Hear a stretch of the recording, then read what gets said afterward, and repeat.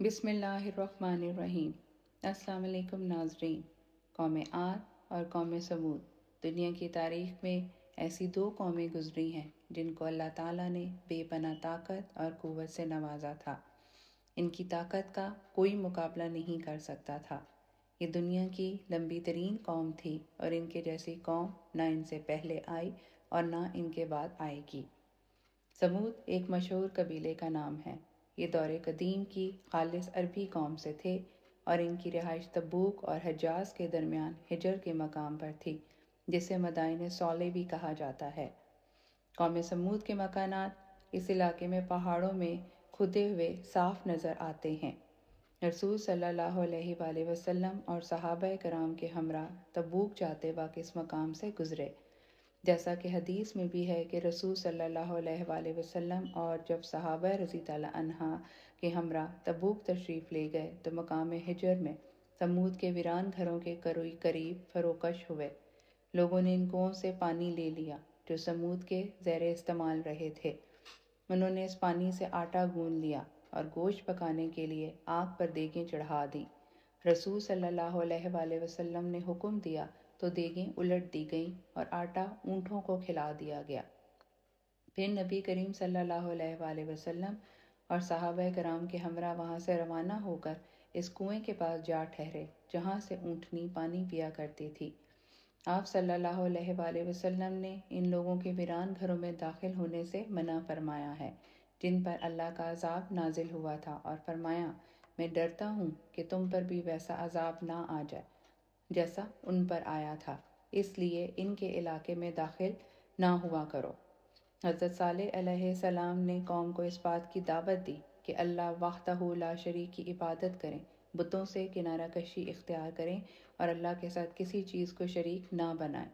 کچھ لوگ تو ایمان لے آئے لیکن اکثر نے کفر کیا اور زبان اور عمل سے انہیں اذیت دی اور انہیں شہید کرنے کا بھی پروگرام بنایا اور اس اونٹنی کو بھی قتل کر دیا جسے اللہ تعالیٰ نے صالح علیہ السلام کی سچائی کی دلیل کے طور پر پیدا فرمایا تھا۔ حضرت صالح علیہ السلام نے قوم کو بتوں کی پوجا سے روکا اور دیگر گناہوں سے توبہ کی تلقین کی، لیکن نافرمان قوم نے پہلے سے بھی زیادہ سرکشی کا مظاہرہ کیا۔ حضرت صالح علیہ السلام نے نرم لہجے اور نرم الفاظ میں بات کی اور انہیں نیکی کی طرف بلانے میں خوبصورت انداز اختیار کیا اور فرمایا تمہارا کیا خیال ہے کہ اگر معاملہ سچ مچ ویسے ہی ہوا جیسے میں کہتا ہوں تو تم اللہ کے ہاں کیا عذر پیش کر سکو گے؟ اس کے دربار میں تم کیسے جان چھڑا سکو گے؟ تم مجھ سے مطالبہ کرتے ہو کہ میں تمہیں اس کی اطاعت کی طرف بلانا چھوڑ دوں۔ میرے لیے قطعاً ممکن نہیں، کیونکہ یہ مجھ پر فرض ہے۔ اگر میں اس کی ادائیگی ترک کر دوں تو مجھے اللہ کے عذاب سے نہ تم بچا سکو گے نہ کوئی اور میری مدد کر سکے گا، اس لیے میں تمہیں اللہ تعالیٰ کی طرف بلاتا رہوں گا حتیٰ کہ اللہ تعالیٰ میرے اور تمہارے درمیان فیصلہ کر دے۔ دعوت حق کو تھامنے کی بجائے قوم نے حضرت صالح علیہ السلام اور آپ کے ساتھیوں سے بدشگونی لینا شروع کر دی اور فساد کے لیے صلح مشورے کرنے شروع کر دیے۔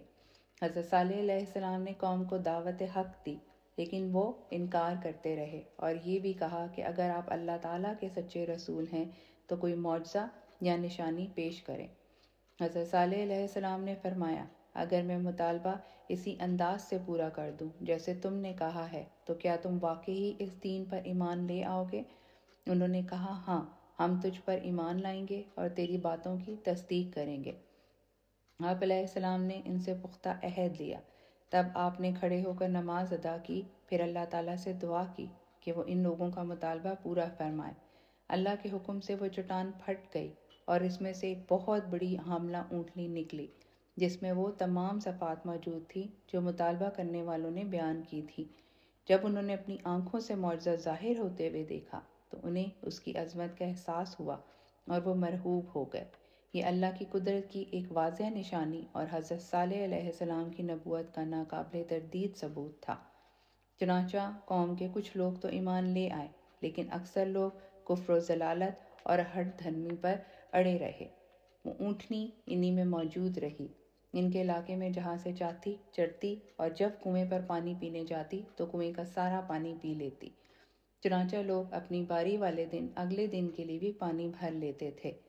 وہ لوگ اس کا دودھ پیتے اور وہ سب کے لیے کافی ہو جاتا تھا۔ اس لیے آپ نے ان سے فرمایا کہ ایک دن اس کے پینے کی باری ہے اور ایک دن تمہاری باری ہے۔ ارشاد باری تعالیٰ ہے کہ ہم اونٹنی ان کے لیے آزمائش بنا کر بھیجنے والے ہیں۔ آزمائش اس لحاظ سے تھی کہ کیا وہ اتنا بڑا معجزہ دیکھ کر بھی ایمان لاتے ہیں یا نہیں لاتے۔ ایک عرصے تک یہ معاملہ یوں ہی چلتا رہا۔ آخر ان کے سردار جمع ہوئے اور مشورے کے بعد متفقہ فیصلہ کیا کہ اونٹنی کو قتل کر دیں تاکہ اس سے جان چھوٹے اور انہیں سارا پانی مل جائے۔ سازشی قوم نے اللہ کے معجزے پر ایمان لانے کی بجائے اس پر ظلم کیا اور اپنے ہاتھوں اپنی ہلاکت کا بندوبست کر دیا۔ جس شخص نے اونٹنی کو قتل کرنے کی ذمہ داری اٹھائی اس کا نام کدار بن سالف تھا۔ وہ سرخ فام اور نیلی آنکھوں والا تھا۔ اس نے سب لوگوں کے متفقہ فیصلے کے نتیجے میں اونٹنی کو قتل کیا تھا۔ قوم سمود میں 2 عورتیں تھیں۔ ایک کا نام صدوق تھا جو مالدار اور اونچے خاندان کی عورت تھی۔ اس نے قبیلہ اسلم کے ایک آدمی سے نکاح کیا لیکن پھر طلاق لے لی۔ اس نے اپنے چچا زاد مستہ بن محرج سے کہا کہ اگر تم اونٹنی کو قتل کر دو تو میں تم سے شادی کر لوں گی۔ دوسری عورت کا نام انیزہ تھا۔ یہ ایک کافر بڑھیا تھی اور اس کا خاوند بہت رئیس آدمی تھا۔ اس عورت نے کدار بن سالف سے کہا کہ یہ میری 4 بیٹیاں ہیں، اگر تم اونٹنی کو قتل کر دو تو جس لڑکی سے چاہو گے شادی کر دوں گی۔ چنانچہ یہ دونوں جوان اس کام کے لیے کمر بستہ ہو گئے اور قوم کے اور افراد کو بھی ترغیب دی۔ یوں مزید 7 افراد ان کے ساتھ آ ملے اور یہ کل 9 افراد ہو گئے۔ انہوں نے باقی قبیلے کو بھی ساتھ ملانے کی کوشش کی تو لوگوں نے تائید کی۔ وہ اونٹنی کو قتل کرنے کے لیے گھات میں بیٹھ گئے۔ جب وہ پانی پی کر واپس آئی تو مستہ نے جو چھپ کر بیٹھا ہوا تھا اس پر تیر چلا دیا جو اس کی پنڈلی کی ہڈی میں پیوست ہو گیا۔ انیزہ اور اس کی بیٹیاں بھی کدار کی حوصلہ افزائی کرنے کے لیے آ گئیں اور انہیں جوش دلانے کے لیے اپنے چہروں سے نقاب اٹھا دیے۔ کدار بن سالف نے جلدی سے اونٹنی پر تلوار سے حملہ کیا اور اس کی کونچیں کاٹ دی۔ وہ زمین پر گر پڑی اور زور سے آواز نکالی جس سے اس کا بچہ چکنا ہو گیا اور دور پہاڑ پر چلا گیا اور 3 بار بلبلایا۔ کدار نے اونٹنی کے گلے پر نیزہ مار کر اسے قتل کر دیا تھا۔ جب ان لوگوں نے اونٹنی کو قتل کیا تو اس پر سب سے پہلے کدار بن سالف نے حملہ کیا اور اس کی کونچیں کاٹ دی۔ وہ زمین پر گر پڑی۔ پھر سب افراد نے جلدی جلدی تلواروں سے اس کے ٹکڑے کر دیے۔ جب اس کے بچے نے یہ دیکھا تو بھاگ کر سب سے اونچے پہاڑ پر چڑھا اور بلبلایا۔ اس لیے حضرت صالح علیہ السلام نے فرمایا اپنے گھروں میں 3 دن اور فائدہ اٹھا لو، یعنی انہیں اس دن کے علاوہ 3 دن کی مہلت دی گئی۔ انہوں نے بات پر اعتبار نہ کیا بلکہ شام ہوئی تو انہوں نے پروگرام بنایا کہ حضرت صالح علیہ السلام کو بھی شہید کر دیا جائے، یعنی ہم رات کو حضرت صالح علیہ السلام کے گھر میں گھس کر آپ کے اہل و عیال سمیت آپ کو شہید کر دیں۔ پھر اگر آپ کے اقارب نے قصاص کا مطالبہ کیا تو ہم مکر جائیں گے اور کہیں گے کہ ہم نے تو قتل نہیں کیا۔ جب قوم نے معجزے کا انکار کیا اور اللہ تعالیٰ کی نعمتوں کی ناشکری کی تو نتیجہ ان کی تباہی کی صورت میں نکلا۔ جن افراد نے حضرت صالح علیہ السلام کو شہید کرنے کی سازش کی تھی، اللہ تعالیٰ نے ان پر ان کی قوم سے پہلے ہی عذاب نازل فرما دیا اور ان پر پتھر برسا کر کچل ڈالا اور تباہ کر دیا۔ جب مہلت کا دن یعنی جمعرات کا دن آیا تو ان کے چہرے زرد ہو گئے جیسے صالح علیہ السلام نے فرمایا تھا۔ شام ہوئی تو انہوں نے کہا کہ مہلت کا ایک دن تو گزر گیا۔ جب دوسرے دن یعنی جمعے کی صبح ہوئی تو ان کے چہرے سرخ ہو گئے۔